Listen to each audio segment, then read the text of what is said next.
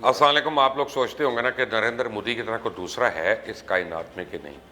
तो मैं आपको बताऊं कि मोदी की तरह नेतन्याहू भी गैर रवायती और ख़तरनाक सियासतदान है। जिस तरह इंतहा पसंदों को मोदी की शक्ल में अपना निजात दहिंदा नजर आता है, इसी तरह यहूदी इंतहा पसंदों की नज़र में नेतन्याहू एक अनमोल हीरा है। जहां नेतन्याहू के मंसूबों को दुनिया भर के ममालिक नफरत की निगाह से देख रहे हैं, वहीं इंतहा पसंद हिंदुओं के लिए कश्मीरी अवाम के साथ जुल्म और पाकिस्तान के साथ दुश्मनी हुब्बुल वतनी का सर्टिफिकेट बना हुआ है। इसराइल नेतन्याहू की सरबराही में फ़लस्तीन और मुसलमानों के हकूक़ सलब कर रहा है, तो हिंदुस्तान मोदी की सरबराही में कश्मीर में जुल्म की नई दास्तान रकम कर रहा है। दोनों खिते समाजी जोग्राफिकल लिहाज से बहुत दूर हैं, लेकिन तारीखी लिहाज से बहुत मुशाबियत रखते हैं। दोनों 1947 और 48 में आज़ाद हुए और इसकी वजह से कई जंगें लड़ी जा चुकी हैं और कई और मुतवक्के हैं।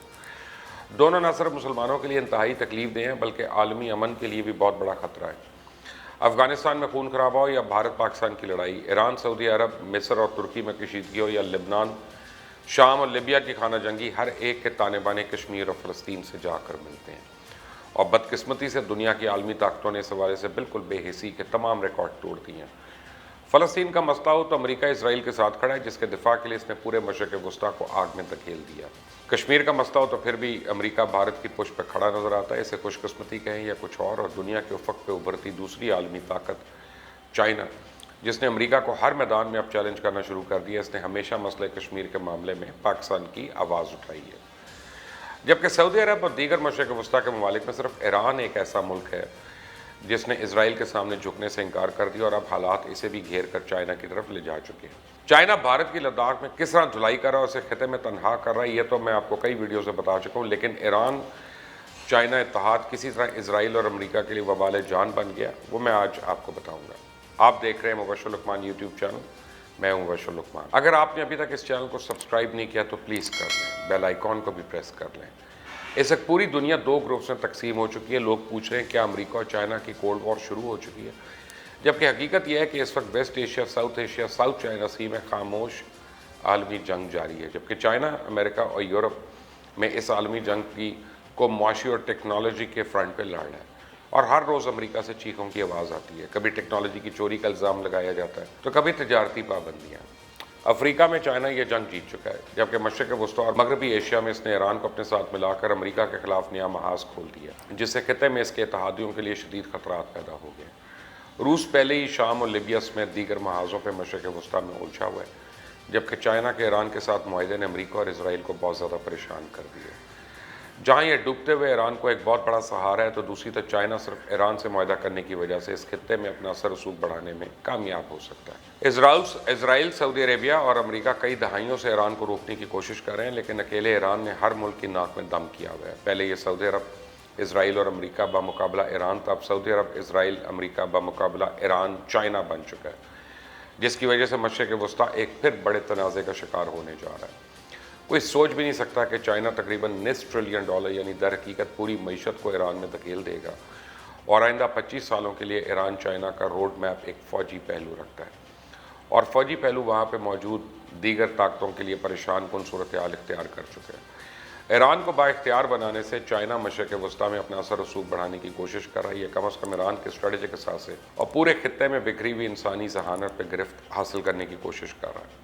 चाइना ईरानी तेल और दीगर हाइड्रोकार्बन के साथ साथ नकलो हमल और मैन्युफैक्चरिंग के बुनियादी ढांचे पे भी सरमायाकारी करने जा रहा है। लेकिन परेशानी की असल वजह यह है कि ईरान में रशिया और चाइनीज़ फ़ौजी इंफ्रास्ट्रक्चर की गहरी जड़ें हैं। इलेक्ट्रॉनिक वॉरफेयर की सलाहियतें, cyber warfare, missile, air defence system और जैमर्स सभी एक दूसरे के मुकाबले के हैं और ये इस इलाके के दो सबसे बड़े खिलाड़ी इसराइल और सऊदी अरब के लिए एक बहुत बड़ा स्ट्रेटजिक खतरा है। ईरानी अहदेदारों के मुताबिक रूसी हवाई जैमिंग सिस्टम में एक चाबहार में कायम किया जाएगा और वो मुत्तहिदा अरब इमारात और सऊदी अरेबिया के फ़िज़ाई दिफा को मुकम्मल तौर पर गैर फ़ाल करने की सलाहियत रखता है और ये इस हद तक है कि ईरान की तरफ से मिसाइल या ड्रोन हमले की सूरत में उन्हें सिर्फ 2 मिनट पहले वार्निंग मिल सकेगी और इस वक्त तक बड़ी देर हो चुकी होगी। और ईरान चाइना के साथ दिफाई ताउन बढ़ा के इसराइल की जदीद तरीन टेक्नोलॉजी और टेक्निकी काबिलियत से मुकाबला करने की काबिल हो सकता है। चाइना ने स्ट्रेटजिक शराकत दारी को हासिल करने के लिए अमेरिका को बड़ा चैलेंज किया, क्योंकि पूरे मशरक़ वस्ता में ईरान की बहुत मौजूदगी है। जनरल सुलेमानी, जिसकी शहादत से अमेरिका और ईरान में कशीदगी भड़क उठी थी, वो खुद इराक, शाम, लेबनान, यमन और गाज़ा की पट्टी में हज़ारों जंगजुओं की वफादारी से लुत्फ़अंदोज़ होते रहे। 1980 کی دہائی میں اسرائیل کا مقابلہ کرنے کے لیے ایران کو لیبنان میں مقیم حزب اللہ سمیت کئی شیعہ ملیشیا اور مسلح سیاسی گروپوں کی حمایت رہی، اور حزب اللہ نے اسرائیلی افواج کے خلاف 18 سالہ گوریلا جنگ کی۔ ایسا ایران یمن میں حوثیوں کی حمایت کرتا ہے۔ عراق میں صدام حسین کے بعد تہران مسلسل اپنا اثر و رسوخ بڑھا رہا ہے۔ 2003 میں امریکہ ایک عرب سنی رہنما کو اقتدار میں لایا تھا، لیکن بغداد میں شیعہ اکثریتی حکومت ہے جو ایران کے حق میں ہے۔ اگر چائنا ایران میں بھاری سرمایہ کاری کرتا ہے تو بڑی آسانی سے ان اثاثوں کو اپنے مقاصد کے لیے استعمال کر سکتا ہے، کیونکہ اس وقت چائنا اور ایران کا مشترکہ دشمن امریکہ اور اس کے اتحادی ہیں۔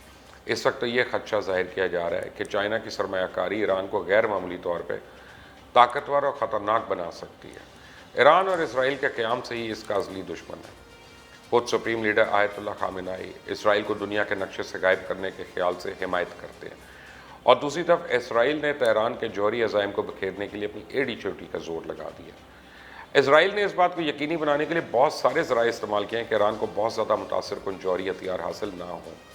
حال ہی میں ایک اسرائیلی سائبر حملے سے ایران کے زیر زمین ناتاز جوہری جگہ پہ اس کی سہولت پہ آگ لگ گئی، اور 2 بم دھماکوں میں ایک یورینیم کی افروزدگی کی جگہ پہ ہوا، دوسرا میزائل کی تیاری کی جگہ پہ۔ بعد ازاں ایران نے انتقامی کارروائی کے طور پہ اسرائیل کے آبی بنیادی ڈھانچے کو ہیک کرنے کی کوشش کی، جسے اسرائیل روکنے میں تو کامیاب رہا، لیکن چائنی سرمایہ کاری کا مطلب یہ ہے کہ ایران خطے میں اب خطرناک اثر و رسوخ پیدا کر سکتا ہے۔ Iran cyber war, satellite technology اور بنیادی دفاعی صلاحیتوں کے لحاظ سے اپنی صلاحیت اور کوششوں کو تیز کر سکتا ہے۔ جوہری ہتھیار حاصل کرنے اور اسرائیل کے خاتمے کے علاوہ ایران کا ایک طویل تنازع سعودی عربیہ سے چلتا آ رہا ہے۔ فرقہ وارانہ اختلافات کے شکار دونوں ممالک مشرق وسطیٰ میں اپنے اختیارات کو توسیع دینے کی جنگ لڑ رہے ہیں۔ شام، بحرین اور یمن میں اثر رسوخ کے لیے ایران اور سعودی عرب سے مقابلہ کرتا ہے، اور زیادہ تر طاقتور ایران سعودی عربیہ کے لیے ایک بڑا اسٹریٹجک خطرہ ہو سکتا ہے۔ اب زیادہ طاقت کے ساتھ ایران بحرین جیسے ممالک کو نشانہ بنانا ختم کر سکتا ہے، جس کو ریاض کی حمایت حاصل ہے۔ اس خطے میں ایک غلط قدم پورے خطے کو اپنی آگ میں لپیٹ سکتا ہے، جہاں non state actors, short tempered militias اور لاپرواہ کرائے کے فوجیوں کی موجودگی میں تشدد اور تباہی کے زیادہ امکانات ہیں۔ اسرائیل اور سعودی عربیہ کے ساتھ مضبوط تعلقات کی وجہ سے چائنا کی حمایت یافتہ ایران اگر کوئی سنگین غلطی کرتا ہے تو امریکہ براہ راست اس لڑائی میں کود پڑے گا۔ چائنا کا مخالف ہندوستان چابہار بندرگاہ سمیت ایران میں گہرے مفادات رکھتا تھا۔ چائنا نے تنازع کے میدان کو بہت وسیع کر دیا اور بھارت کو اس کے ہمسایہ ممالک سمیت ہر جگہ پہ ضرب لگا رہا ہے، یہاں تک کہ بھارت کے افغانستان میں مفادات بھی ایران اور پاکستان کی مدد سے لپیٹا جا رہا ہے، جبکہ امریکہ بھارت کی حمایت کا اعلان کر چکا اور اس کے افغانستان میں وسیع مفادات ہیں، جس میں وہ بری طرح پھنس چکا ہے۔ اس سب معاملات بڑی تیزی اور خاموشی کے ساتھ بڑے تنازع کی طرف گامزن ہیں۔ چائنا ایران کی پشت پناہی اور مدد کر کے اس خطے میں امریکہ کے مفادات کو ناقابل یقین نقصان پہنچا سکتا ہے، جو اس خطے کو غیر معمولی تباہی کے دہانے پہ لے جائیں گے۔ کیا یہ نئی عالمی جنگ کشمیر اور فلسطین کو آزادی دلوا سکتی ہے؟ یہ تو آنے والا وقت بتائے گا، لیکن اس وقت حالات اور طاقت کا توازن بڑی تیزی سے تبدیل ہو رہا ہے۔ آپ نے اگر ابھی تک اس چینل کو سبسکرائب نہیں کیا تو پلیز کر لیں، بیل آئیکن کو پریس کر لیں۔ اللہ حافظ۔